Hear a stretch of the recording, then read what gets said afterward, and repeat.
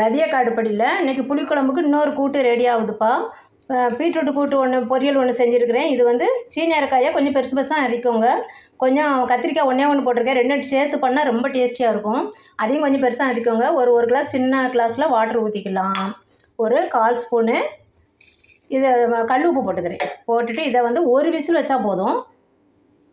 அவ்வளோதான். குக்கரை மூடி அடுப்பில் வச்சாச்சு. ஒரு விசில் போதும். இந்த கத்திரிக்காயும் சீனி அரைக்காயும் கூட்டு வந்து பொரியல் வந்து ரொம்ப குழையக்கூடாது, அப்போ டேஸ்ட் இருக்காது.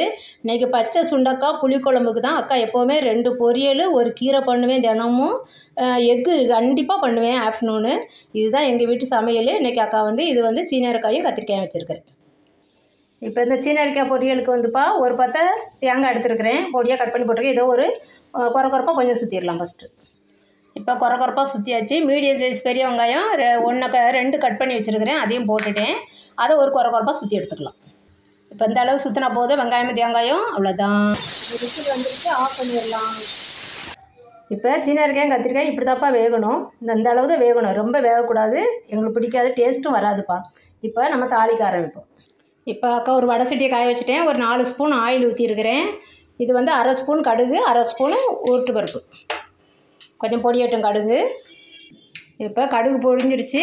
உருட்டு பருப்பும் நல்லா சிவந்துருச்சு. கொஞ்சோண்டு கறிவேப்பிலை, ஒரு 3 காஞ்ச மிளகா 2 கிள்ளி வச்சுருக்கேன் அக்கா, அதையும் போட்டுக்கலாம். இது காரமே காஞ்ச மிளகா தான்ப்பா. அவ்வளோதான். நம்ம இந்த கத்திரிக்காயும் சீனி அரைக்காயும் கொட்டிக்கணும்.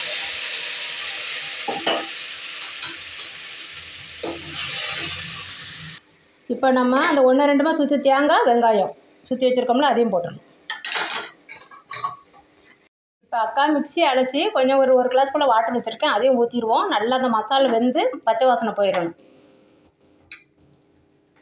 இந்த ஸ்டேஜில் சால்ட் இருக்கான்னு பார்த்துக்கோங்க. பத்தலைன்னா கொஞ்சம் போட்டுக்கோங்க. அக்கா கொஞ்சோண்டு போட்டிருக்கேன். இப்போ பொரியல் ரெடி ஆகிட்டே இருக்குது. இன்னொரு 5 செகண்ட் தான். அந்த வெங்காயம் தேங்காய் வாசனை பச்சை வாசனை போகணும். அவ்வளோதான். எல்லாம் அந்த பிறகு கத்திரிக்காய் சீனி அரைக்காயும் நல்லா வெந்திருக்கும். இப்போ இன்னொரு 5 செகண்ட். அவ்வளோதான், ரெடி ஆயிடுச்சு. அடுப்பை ஆஃப் பண்ணிடலாம்.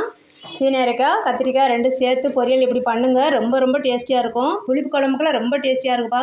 இப்படி பண்ணி செஞ்சு பார்த்துட்டு அக்காவுக்கு சொல்லுங்கள் எப்படி இருந்துச்சு சொல்லி. அக்கா அதுக்கப்புறம் எங்கள் வீட்டில் சால்ட்டு காரெல்லாம் தூக்கலாக சாப்பிட்றதுனால தான் 3 காஞ்ச மிளகா போட்டிருக்கிறேன்.